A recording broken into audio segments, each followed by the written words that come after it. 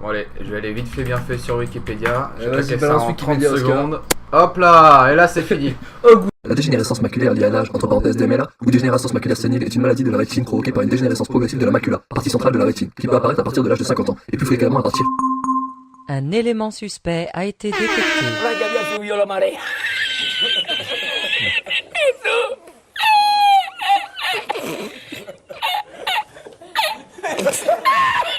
Oh l'assassin! Oh l'assassin! Oh l'assassin! Oh l'assassin! Wave your hands in the motherfucking air!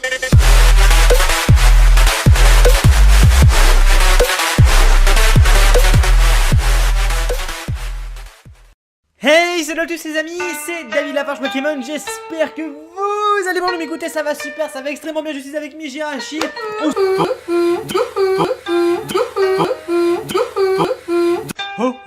La DMLA est une maladie de malvoyance qui touche les personnes d'au moins 50 ans en général.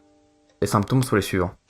Chute de la vision, sensation d'assombrissement ou de moindre luminosité, brouillard ou flou visuel, ternissement des couleurs, déformation visuelle, particulièrement repérable sur des lignes droites comme le rebord d'un cadre ou d'une fenêtre. Mais Oscar, t'es pas net? C'est du LSD ça? Hé Jamie, viens voir. Je suis dans une plantation de cannabis, comme tu ne risques pas d'en trouver en France.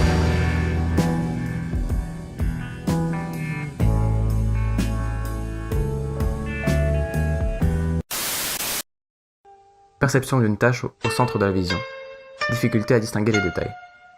Bon alors, autant vous dire qu'on a vu plus drôle comme maladie, donc nous allons maintenant voir dans un premier temps ce qu'est la DMLA d'un point de vue beaucoup plus scientifique, et ensuite ce qu'il faut faire pour éviter de choper cette merde.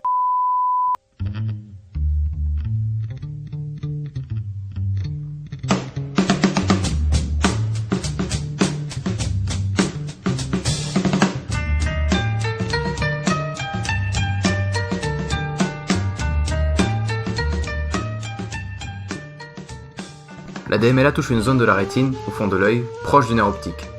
Cette zone est appelée macula. La macula est responsable de la vision centrale. Lorsque la macula est touchée, la vision ne disparaît pas totalement, vu que la vision périphérique est toujours bonne. Cependant, la vision centrale devient floue. Donc tout d'abord, il faut distinguer deux types de DMLA, donc la DMLA sèche et la DMLA humide. Donc pour commencer, on va parler de la DMLA sèche. Donc la DMLA sèche qui consiste en un affaiblissement musculaire d'un tissu rétinien avec disparition des récepteurs à la lumière, appelés photorécepteurs, ainsi que des couches plus profondes de la rétine. C'est la raison pour laquelle cette sorte de DMLA est aussi appelée forme atrophique. Il n'y a pas de traitement de la DMLA sèche. Elle peut cependant être améliorée par la prise de médicaments antioxydants. Elle touche un tiers des malades de DMLA. Son évolution est lente, prenant plusieurs années pour la plupart des cas. C'est la forme la plus fréquente de la maladie et elle peut évoluer en la forme suivante, la DMLA humide. La DMLA humide, appelée également néovasculaire, consiste en l'apparition de vaisseaux sanguins dans le tissu rétinien. C'est la forme la plus rapide de DMLA. Ces vaisseaux sanguins sont anormaux et responsables d'un œdème rétinien ou d'une hémorragie au niveau de la macula. La DMLA humide est d'évolution plus rapide et plus grave. Quelques semaines peuvent suffire. Elle peut être traitée.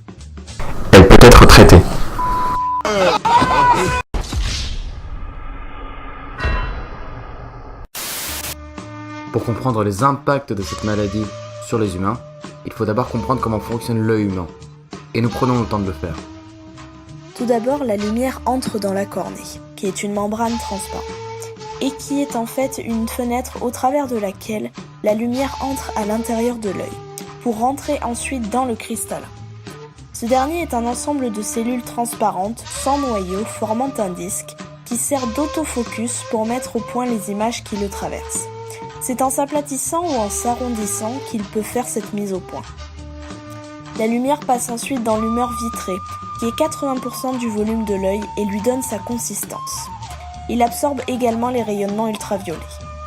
Des cônes dans la fovea permettent la perception des couleurs et des bâtonnets répartis sur la rétine périphérique donnent une impression générale du champ de vision. Un moyen de vérifier si vous êtes atteint de cette maladie est de passer le test d'Hassler, qui consiste en regarder une feuille. Si vous voyez que la grille est courbée ou qu'il y a une tache noire assez grande au milieu, vous pouvez pleurer. Ce qui se passe, c'est que la vision centrale est perturbée et, Par conséquent, l'œil humain essaye de compenser ce défaut qui se traduit ici par une transformation du plan. On pourrait modéliser cette transformation du plan par des fonctions à deux variables, x et y. En voici un exemple. La distorsion est, quant à elle, bien plus aléatoire, même si l'on pourrait tenter également de la reproduire. La tache noire, elle, correspond simplement à une brûlure de la macula. Donc maintenant, je vais vous expliquer comment on peut attraper cette maladie. Donc les causes de la DMLA sont nombreuses et diverses, donc elles peuvent provenir de facteurs génétiques, Ta mère, ton père, ta grand-mère, ta... ou encore de facteurs environnementaux. Plus précisément, nous pouvons dire que les gènes n'expliquent pas tout, mais le caractère héréditaire de la DMLA est très élevé, 78%. Donc l'hygiène de vie, elle influe elle aussi. Donc, par exemple, le tabac multiplie par 4, voire 6, selon les statistiques, le risque de contracter la pathologie. Le risque de DMLA est doublé dans la population obèse. Donc à l'inverse, la consommation d'oméga 3, de caroténoïdes et d'antioxydants, donc tout ce qui est vitamine C, vitamine E, zinc, tout ça, ça diminue le risque de survenue d'une DMLA et ça freine sa progression en cas d'atteinte. Les causes de la DMLA restent en partie mystérieuses et très certainement multifactorielles.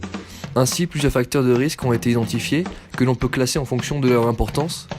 Donc les facteurs de risque importants, donc ce sont l'âge, pour le premier, le tabagisme, les antécédents familiaux. Ma mère a été ma grand-mère a été mon arrière-grand-mère a été Donc si dans la famille d'autres personnes ont été touchées par cette maladie, et l'obésité pour finir.